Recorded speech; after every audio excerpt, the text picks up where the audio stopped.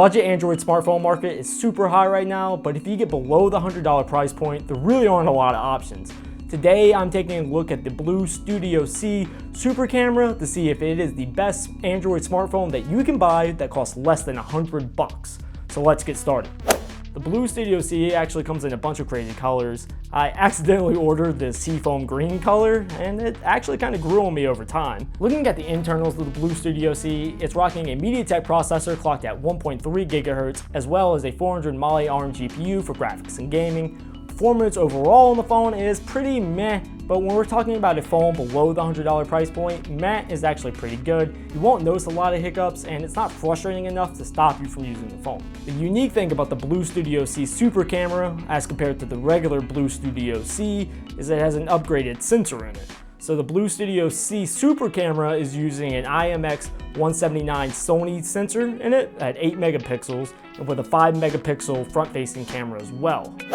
So one of my favorite things about the phone is actually the screen. It's rocking a 720 by 1280 5-inch IPS display, and it is hands down the best display on a phone that you're gonna get for under $120.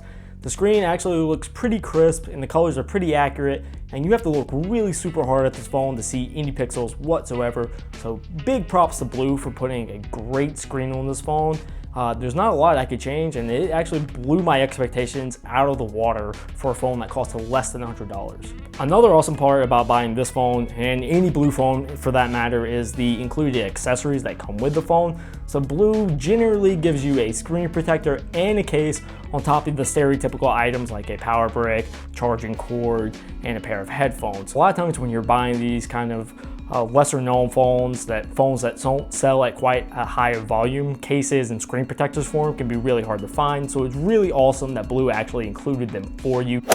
The worst part about the BLU Studio C Super Camera really was the build quality. So it just took about 2 weeks before I started to notice an abnormal amount of wear and tear. I could see scuff marks all around the back edge of the case just from rubbing up against things in my pocket. Also, the chrome painted trim that goes around the screen started to chip away, and it's just pretty disappointing that it happened in general, and really super disappointing that it happened just after 2 weeks.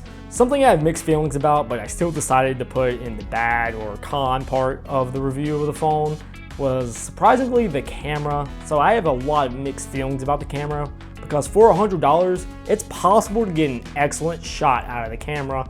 The only problem is that it's really hard to get a good shot out of the camera.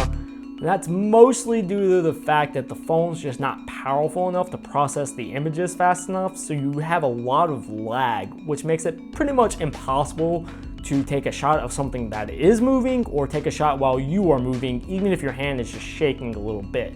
So it's really hard to get a crisp focus on the camera. Now, if you are taking pictures of a still subject and you have a little time to get that focus down, you can get a great shot for a phone that costs just $100. But most of the time, that's not really the case.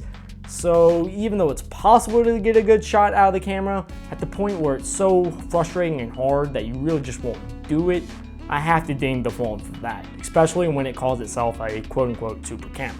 If your budget is just $100 and you want a smartphone, you don't have a ton of options. If you want a smartphone that is capable of taking a great shot and has a full HD display, then I can safely recommend the BLU Studio C Super Camera. However, if you're more into build quality, at least one guaranteed Android update, working on the LTE network, then you might want to consider something like the Moto E 2nd generation. Thanks for watching today's video. If you like it, be sure to give it a thumbs up and hit that big red subscribe button down below. It really helps support the channel and keep this thing going.